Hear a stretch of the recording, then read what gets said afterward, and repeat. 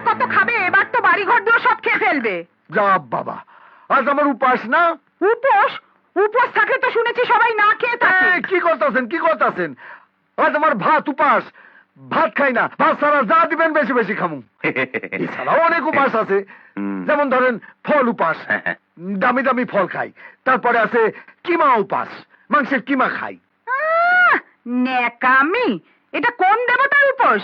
এটা তো ভূতের কথায় কোনোদিনও আমি পড়িনি। এটা আমার ব্রত কথাতে আছে, লুচ্চা দেবতার উপাস। লুচি খাইতে হয়। লুচ্চা দেবতা? বাপের জন্মে আমি এই দেবতার নাম শুনিনি। শোনোনি তো শুনে নাও। দাদা যখন বলছে তখন এইরকম একটা দেবতা নিশ্চয়ই কোথাও আছে। ল্যাংড়া আম আছে, তাহলে ফল উপাসটাও সাইরা নিমু। হ্যাঁ, যেটা বলছিলাম, 15টা মার্ডার নির্বিঘ্নে করছি, বুঝলা? হালার ওই হাফ মার্ডারে ধরা পড়া গেলাম। বলো কি দাদা, শেষকালে পচা শামুকে পা কাটলে? আমার নামও হনুমান প্রসাদ ব্যান্ডওয়ালা, স্বর্ণওয়ালা পার্টি নই। 16 করা পূর্ণ করুম। লোকও বাইসা রাখছি, এই বাড়িতেই আছে। কে কে? ওই আলার ড্যামেজ আর নন্দ ঘোষ আমার অনেক ড্যামেজ করছে। ওইটারে হাফ মার্ডার কইরা 16 কলা কমপ্লিট। সে তো আমার বাবা। বাবা তো কি হয়েছে? বাবা চাইলে বউ পাবা না, আর বউ চাইলে বাবা চাইবা না। বউ 1 কোটি টাকার, আর বাবা 0। ভাইবা দেখ দাদা, ওই বাবাটাকে না খালাস করে দাও। আমি তোমার সঙ্গে আছি।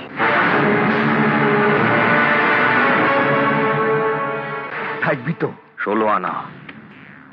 তাহলে তোরেও আমি কথা দিলাম, এবারের জামাই তুই হবি। হাঁটবে না। শুনছো? সর্বনাশ হয়ে গেছে। কেন, আবার কি হলো? ভজা হনুমানের সঙ্গে হাত মিলিয়ে তোমাকে হাফ মার্ডার করার প্ল্যান করছে। হ্যাঁ, জানতাম জানতাম এরকম একটা কিছু হবেই। ওরে বাবা, গ্রহ নক্ষত্র এসব তার মিথ্যে বলে না। যে ছেলে জন্মের পর বাপকে দেখে ভেঙচি কাটে, সেই ছেলে ভবিষ্যতে বাপকে বাঁচ দেওয়ার জন্য হনুমানের সঙ্গে তো হাত মেলাবেই। একটা প্রবলেম আছে। কি প্রবলেম? তোর হবু বউরে আমি ধইরা বাইন্দা ঠিক নিয়ে আইব।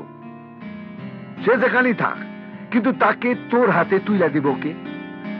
দাদা, আমার সিঙ্গাপুর থেকে ফিরে আসা না অব্দি তোর বিয়াটা ঝুইলা থাকবো, ঠিক আছে?